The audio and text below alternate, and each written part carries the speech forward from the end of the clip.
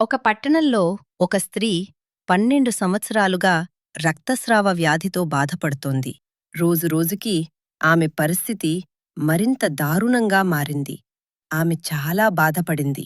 ఒకరోజు యేసుక్రీస్తు ఆ ప్రాంతంలోకి వచ్చారని ఆమె విన్నది. అప్పుడామె మనసులో ఒక చిన్న కాని బలమైన విశ్వాసం పుట్టింది. నేను ఆయన వస్త్రము అంచును తాకినా నాకు స్వస్థత కలుగుతుంది అని ఆమె అనుకుంది. జనం గుంపులో ఉన్నప్పటికీ ధైర్యంగా ముందుకు వెళ్లి మౌనంగా యేసు వస్త్రము అంచును తాకింది. వెంటనే ఆమె శరీరంలో మార్పు కలిగింది. 12 సంవత్సరాలుగా ఆమెను వేధించిన వ్యాధి క్షణంలోనే పూర్తిగా నయమైంది. ఆ క్షణంలో యేసు ఆగి, "నన్ను ఎవరు తాకారు?" అనడిగాడు. ఆ స్త్రీ భయంతో వణుకుతూ ముందుకు వచ్చి జరిగిన సంగతినంతా యేసుకు చెప్పింది. అప్పుడు యేసు ఆమెను ప్రేమతో చూచి ఇలా అన్నాడు. కుమార్తె, నీ విశ్వాసమే నిన్ను స్వస్థపరిచింది. సమాధానంతో వెళ్ళి నీ వ్యాధి నుండి విముక్తి పొందు.